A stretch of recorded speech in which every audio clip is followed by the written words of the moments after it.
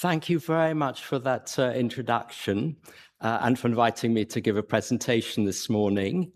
So my topic is projections of future demand for long-term care and associated expenditure. And I'd like to, first of all, to acknowledge the role of my colleagues, co-authors in the work that we've been doing on this topic for over 25 years. I would also like to acknowledge the funding from the National Institute for Health and Care Research. This work is part of the Adult Social Care Research Unit, one of the 20 policy research units, and the usual disclaimer applies.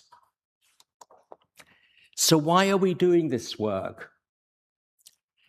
The policy rationale for it is, first of all, to inform the regular government spending reviews. That's to say, we present evidence to the Department of Health and Social Care on the projected demand for social care for both older people and working age groups for the spending review period, which is usually 3 years. So those are short-term projections. They feed straight into government processes. And for that reason, the projection models I'm about to speak about are part of, are considered business critical within Whitehall. Secondly, we also contribute to rather longer term work. As you may know, the Office for Budget Responsibility produces, usually every couple of years, projections of the totality of government expenditure and government income over a 50-year period, very important for example, pensions, to look at the balance between government income and expenditure. And our work, longer-term projections, contribute to that. We've also contributed evidence to a wide range of reviews of the funding system for adult social care, that's to say the means test in effect, right through from the Royal Commission from the Blair government years, 1997 to 99, through to the Dill-Knott Commission, and, well, we will see now whether the Casey Commission also asked us for some work. And finally, also, our work is used more locally, I think, as well as nationally, for the planning of services. And we know that partly because local authorities have asked us to produce projections for their particular authority in some cases. And also some of the key national charities have asked us to produce projections for the particular health condition with which they're concerned. And on that note, we've got a number of projection models, in fact, a suite of them. I won't read this out, just to say that I will be concentrating in this presentation in the first model mentioned here, which is looking at long-term care projections, specifically for the older population as a whole, rather than the particular health condition. And it draws also, linked up to the second of those items, a microsimulation model known as CareSim, which I will mention shortly. Now, these projection models, and particularly the one for older people, on which I'm going to be presenting, produce outputs for a number of different variables as listed here.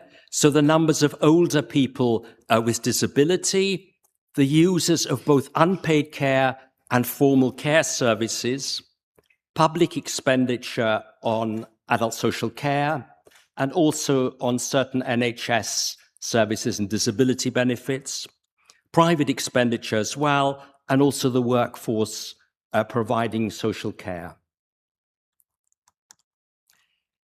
A crucial point is the basis on which we produce these projections. This is something I want to stress now and probably later again come back to in this presentation. So these models do not make forecasts about the future. What they do is make projections on specified assumptions, because that is really what's needed for the spending review and the other purposes I mentioned. And I will be more specific about that as we go along. So they make projections on very specific assumptions, which I will explain as we go. And the approach involves simulating the impact on demand for care of specified changes, whether in policy, on funding, or in patterns of care. Let's say it does not involve forecasting future policy changes or changes in the balance of care, for example, which in a sense would defeat the purpose for which government wants to use the projections. Now, I'm now going to show just an illustration of the first bit of the model, and then I will go through this in sort of steps as to how we work. So we start off with the routine Office for National Statistics projections of the population of England by age and gender, and they also produce marital status projections, or at least have done, not so recently. And those feed directly into the work, which means that it is in principle compatible with other pieces of work using their projections elsewhere in DHSC and elsewhere in Whitehall and locally as well. But what we do in this model is we break down each small group of the older people, but with an age group, gender, marital status, by further key characteristics relevant to use of adult social care and paying for adult social care. So we look, of course, at disability as being a crucial indicator of need. We look at living arrangements in the sense of household type, particularly people living alone, whose use of unpaid care and hence of formal services is, as expected, rather different from that of people who have other family members or others whom they live with. And we look at housing tenure and education as socioeconomic variables, and also relevant in the case of housing tenure, of course, to the charging system, because of the way in which people who own their own homes usually have to use the resources, the assets, the housing assets, if they enter a care home. Those variables are also very useful because we can say with a reasonable degree of plausibility, or high degree of plausibility really, what the future cohorts of older people, what their characteristics will be in terms of owning their home and in terms of educational attainment. And then we also break down that population between those in care homes and those in the community. This chart shows our projections of the number of disabled older people with a base of 2022 and looking forward 20 years to 2042, relates to England, I should say, not to the whole UK. And we've got two different measures shown here. One is a broader measure of disability, looking at instrumental activities of daily living, that's to say domestic care tasks, and also activities of daily living, as you know, personal care tasks. So the measure on the darker bars, the bigger measure, is a wider definition of disability. Anyone who cannot do any domestic care task or has difficulty doing any personal care task. And the data for this is drawn from the Health Survey for England. And what we're showing is a 44% increase in the number of disabled older people on that definition over 20 years.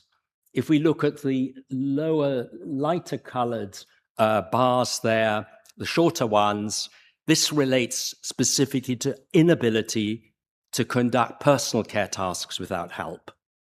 And there we get a slightly bigger lower numbers, of course, but a bigger projection, just over 50% increase over 20 years. So just over 50%. And that illustrates the change really in pressures that we may expect over these 20 years. Now, I must stress here that the assumption we're making here is that disability rates by age and gender will remain constant over 20 years. That is a big assumption. There's a lot of debate, I'm sure it's very familiar to everyone, between specialists in the epidemiology of old age, whether that is what's likely to happen. I understand from speaking to colleagues that there isn't really a consensus on this. We've done a wide range of sensitivity analysis that we have time to present now, but undoubtedly over a 20-year period, that is a crucial assumption. But we take as a base case no change. So this is the next part of the model. So here we look at the older population by each small group. That's to say, one group would be, say, women aged over 85, living alone, owning their home, having a high level of disability. So for each group defined in this sort of way, we study, using again data from the Health Survey for England, what proportion of them will receive unpaid care or do receive unpaid care, first of all? What proportion are in care homes? What proportion receive local authority home care? And so on. So we look at the proportions by characteristics of the older population receiving different forms of care, or indeed no care, of course. And that enables us then to look at the projections of unpaid care by source, the projections of formal care services by the type of care and who pays for it. So moving on now again to some findings. So what we are showing, for example, this is it's the lighter green, which is the tallest bar in 2022, is care by spouses. And our projection is that that will rise by about 30% over 20 years on a number of assumptions. But in this case, of course, because we're including marital status in our modeling, supply is, in a sense, taken into account. Because our projections are, for the most part, of demand rather than supply. But with spouse care, of course, supply is in the model as well implicitly. And our projection there is a 30% increase on the basis of an unchanged balance of care. So another crucial assumption, we're assuming for our base case, no change really in the balance between unpaid care and formal services, and the balance between home care and residential care. So it's another crucial assumption. For care by adult children, daughters, mainly and sons, that's the darkest green. Projection is an increase of 44%. If, and really only if, the unpaid care rises in line with need. Now, we've done separate pieces of work. Sadly, I don't have time to present them as well. We've looked at the likely supply of unpaid care by people mainly in middle age to their older parents if they need care. Unfortunately, I don't have time to describe that now, but to get a 44% increase in unpaid care by daughters and sons, it does look rather challenging if that may not happen. And then we also have care from other groups in the dark, sort of maroon-like color. So this is the unpaid care projections on key assumptions. So now we move on to the formal use of formal care services, again on the assumption that the demand there remains, that there's no policy change, let me put it, in terms of the provision of unpaid care relative to needs. I think that's the core assumption we're making. The top chart is community-based care by sources of funding, and the bottom section is residential care by sources of funding. Now, how do we look at the sources of funding? Sadly, again, I don't have time to go into that in a great deal of detail, but we also have the microsimulation model known as CareSim that I mentioned at the outset. And this enables us to examine trends on individual level data from a survey known as a Family Resources Survey, where we know about the income, the savings, the housing tenure, the council tax band of a whole fairly large-ish sample of older people actually across the UK. And we can therefore sort of model on that what would happen over time if there are changes in housing tenure, which they're likely to be, or changes in the income of the older population, or indeed changes in the means test. We can sort of simulate what that means for the balance between local authority funded and self-funded care, and for the local authority funded care, how much the service users will have to contribute to their costs of their care through the means test. And that enables us to produce projections broken down between public funds, basically, and private funds. So projections here for local authority-funded home care, which is the top part of it, the greenish bars, is an increase of 70%. For private home care, we also have a projection, but the data has to be treated with much more caution, but it's likely to be a larger increase than with publicly funded home care. With residential care, that is even more the case. So the publicly funded residents are the sort of purplish, bluish color at the bottom, increase projected at 37%. But the self-funders, the so-called privately funded residential care, the black part, it's an increase of 74%. Now, why this shift? Why are we projecting a shift from local authority, publicly funded care, to self-funded care, a shift in the balance, I should say, over 20 years? Because of the likely changes in home ownership, particularly to some extent also in living alone. So given the nature of the means test, this is other things being equal, which it may not be, other things being equal, we would expect to see the numbers of self-funders rising faster than the number of local authority-funded service users, particularly for residential care. And I feel this is rather important finding for policy looking at the means test, how care should be funded in the future, which I believe is something that KC Commission is expected to come to in the second part of their work.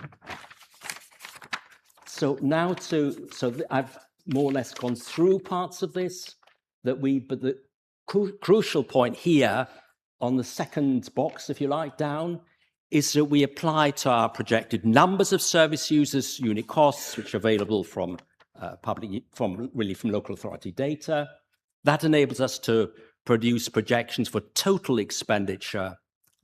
And then in the way I've described, we're able to split that between local authority net expenditure and private expenditure, and to some extent NHS expenditure in respect of nursing homes. So this is the last bit of the model, other than the workforce, which I won't have time to cover. So these are projections. The maroon part of the bottom is the projected user charges, income to local authorities from users. The darker green is social services, local authority net expenditure, and the light green is private expenditure. So our projections are for the local authority expenditure to virtually double over the 20 years, and private expenditure to go up even faster. Why? Because we've seen service user numbers projected to rise not that fast, more like the 50% mark.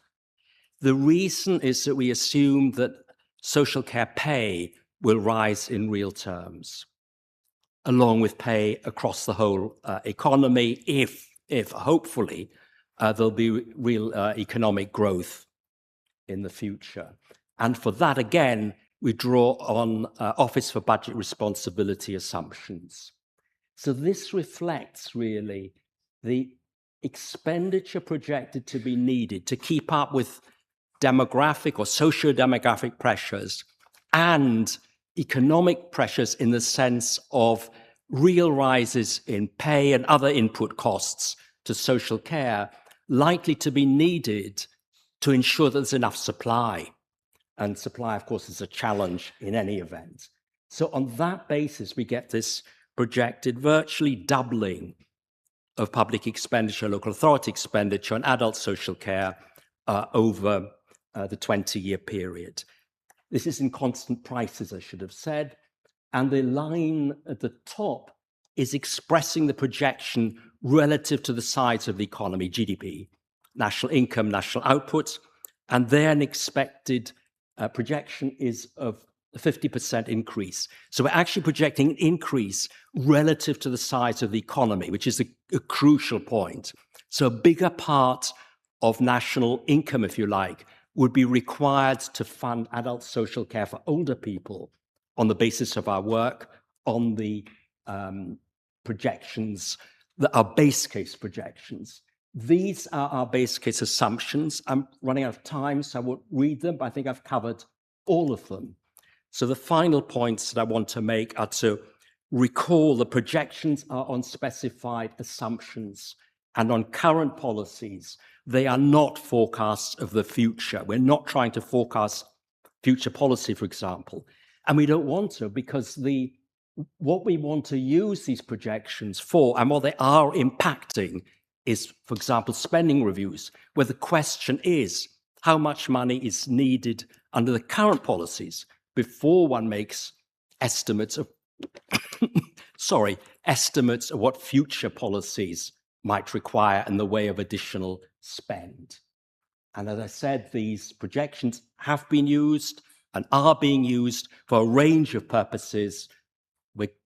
We are in a process of updating them regularly and making various improvements and changes in discussion with the Department of Health and Social Care. So thank you very much for your attention.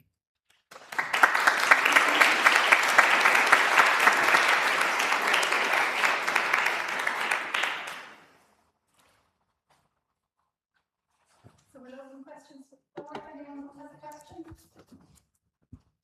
Is this working? Well, Raphael, if you don't mind, I might kick off with a question here. Thank you for your wonderful presentation. And I think what struck me was the fact that the research you're doing is directly influencing policy now and in the future. And I think that is at the core of everything that we do in the RDN. What is the impact of what we do?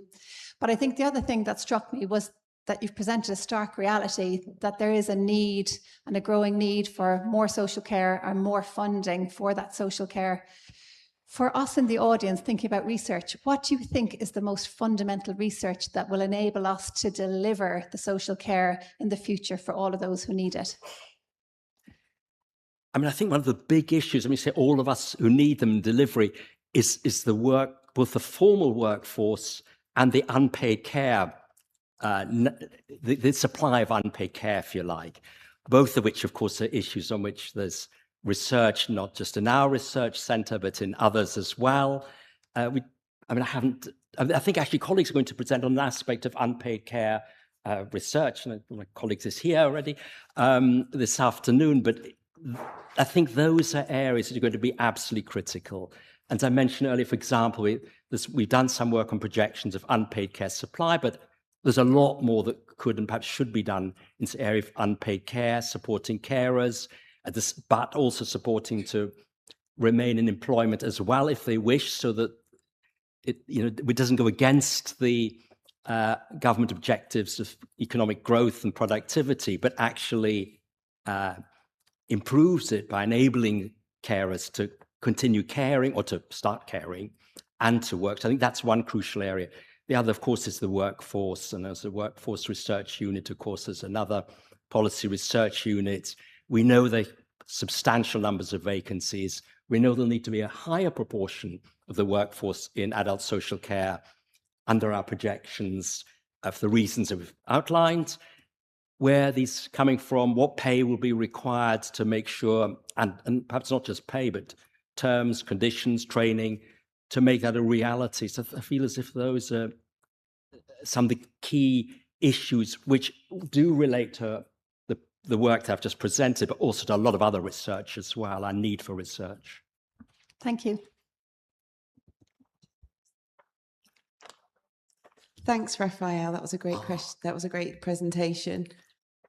Oh wait, I'm here. Sorry, I'm sorry. Right. I'm not good at telling where sound's coming okay. from. I just wondered how much of this is also about reducing need. So thinking about the prevention agenda here seems really relevant, and how much need is driving some of these projections, as well as things like supply of informal carers and changes in status. And so thinking about the ADLs and things like that. No, I mean, I agree that issue's been raised with us. And as I mentioned, of course, our projections are on certain assumptions about disability. I very much understand the point. Raphael, yes, I'm sorry, on the front row. Hi. Thank you. That was fascinating, really interesting. It's a point of clarification, really. of where things like extra care sit, because your analysis was split between community care, residential care, and I guess as there's shifts to think about other housing options for people as their needs change, where are your projections for that group? And can you pull it out? Because I suspect that's a need that's going to rise as people maybe don't need to be in more residential care environments, but do need extra support. Yes, I mean, this is a good question. I mean, obviously, we're really constrained by the local authority data sets, as I'm sure you realise. There isn't, on the activity side, the data that's so far been available on the so-called SALT return didn't identify extra care housing or any form of sheltered housing as separately. The expenditure data does, and there is a row for it in the Ask FR return. So we can and have actually included that in the expenditure. So it's not sort of missing, but we haven't separately identified it. We did do, because it goes back quite some years, so it's now the Ministry of Housing, etc., local government, I think, and communities, some separate projections relating to various forms of special housing. But we haven't been able, and it might be difficult to amalgamate them. I'm not sure whether client level data will in due course enable us to do that when we can access that data. But there isn't any, in principle, there's no element of local authority adult social care expenditure missing from our projections as defined in the Ask FR return. But of course, there are lots of services related to social care that we're not looking at in this particular piece of work. There's one question here from your light audience. Thank you. We have a question from Poonam Wilku from the Research and Innovation Department at Buckinghamshire NHS Trust. And they're asking if it's possible to access the simulation models.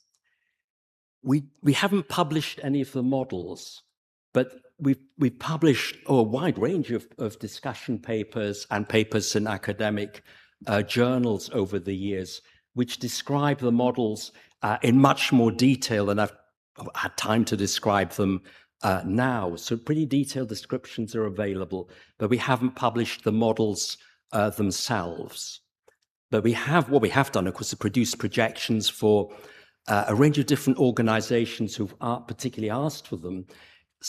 This includes particular local authorities, individual local authorities in England, includes all local authorities in Wales, that's quite some years ago. And also the Alzheimer's Society commissioned us to produce projections related specifically to dementia, and the Stroke Association, particularly for stroke. So we can produce projections on a variety of different bases, part of different projects, but we don't publish the models themselves. Thank you. Hi, Raphael.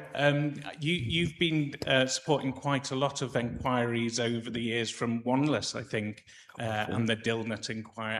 And today, I believe, we're going to hear the first time a little bit of what's coming out of Baroness Casey's commission. I just wondered if you could give some insights into how some of this is being used and what you're hoping to see out of some of that inquiry. Yeah, I mean, you think of how it's been used in past policy-related work. Yeah. I mean, certainly informed. I mean, the Royal Commission, which was the first of these reviews for which we produced projections, at that point published quite a lot of our work and included our projections and charts in their report and in one of the research volumes that went with it. So they would have had information from us on the costs, but as you recall that the commissioners there was a minority and a majority report, so there were different views from the commissioners at that time, and then England and Scotland went their separate ways. So the Commission and the various governments across the UK, the 4 governments, had access to our work. It's always so hard, isn't it, to tell how much it influenced their decisions, but it could be that it was the Blair government, wasn't it, at the time, that the reason they decided to put money into intermediate care, not into implementing the Royal Commission, maybe partly because of the costs that we projected, but no doubt they had other considerations as well. So as so often, it's really hard to say what the ultimate impact on policy was in the sense of, what decisions might have been made if we'd never done the work. We can say is that the evidence was presented and must have been one of the factors that informed decisions. I'm not sure that quite answers your question. I'd just be interested to see what Baroness Casey has to make of some of this. Oh no, it's working. Thank you so much for a fascinating presentation to kick the day off. I'd be interested to learn a bit more about perhaps some of the technicalities of modelling and what else it could tell us. Obviously, the findings were presented at the England level. Does the model allow you to look at the geographical distribution of where the need is going to perhaps grow the greatest? I think that it might be the 2023 CMO report sort of touched on the idea that we'd probably expect to see greater growth in rural and coastal communities, and whether the model can help project some of the challenges associated with the distribution of care need. And the geographical distribution, not something we've looked at recently. I mean, it's possible, but then we run into various caveats, and we've had to, for example, make that point in the projections we produced for each Welsh local authority. The problem is some of the data is available only at national level, and the samples are far too small, even at regional level. And the local authority data then issues about the confidentiality of data. But subject to some assumptions, we can look at, and have looked at individual local authorities, because we can use the ONS population projection, individual level. We've access, of course, to the local authority's own data on the numbers of people they support in the base year and their expenditure and the costs of care in their care homes. So we can take account of those factors. But for some other issues, we have to rely on national data and assume the area is not radically different in other respects that we can't capture. So it's certainly possible. But actually the distribution analysis we've done is actually, and I haven't had time really to talk about, is on different issues. And that's more about the way in which expenditure and both local authority expenditure and expenditure by individuals varies across different socioeconomic groups, and who would gain, which groups would gain, which groups might lose out by specified reform. For example, if we had the Deal-Not style lifetime cap, we've looked at and published a couple of years ago now a report that said who would gain and by how much in terms of socioeconomic groups, in terms of homeowners versus non-homeowners. That sort of distribution, as we've done rather more of than the geographic. So but in theory, we could do more in geographic variations subject to caveats. We probably have time for one more question, Alistair. Hi, I'm over here. Technology. Hi. Sorry. No, thanks again for the presentation. I'm just thinking my own personal reaction was, in a sense, the data projections are shocking. So, 20 years' time, 45% on social care for older people, 45% of GDP. Then you've got younger adults, you've got education, health service, defence. So I'm thinking, how best might the projections be presented so that politicians don't go into shock and decide it's too difficult to handle? Mm-hmm. So is there a way of helping people who do deal with policy think in a more constructive way how to anticipate this and to respond, rather than just denying it and ignoring it? I mean, I guess this presents a huge dilemma for politicians, because there seem to be pressures on all sorts of different parts of public expenditures. Recent events have shown. I suppose we can do is to try to convey the fact that there are pressures not just on healthcare and defence and, as I say, other services, but also on adult social care and the demographic pressure, because in adult social care is more than that for healthcare, for example. I mean, I've occasionally had the opportunity in the past to talk to ministers and to try to say some of this. But I don't know, I mean, I'm welcome, if it's a matter of how best to present, I mean, I think it'd be great to, any ideas are welcome, I guess. But it's a dilemma, not, of course, just for our country. Thank you so much.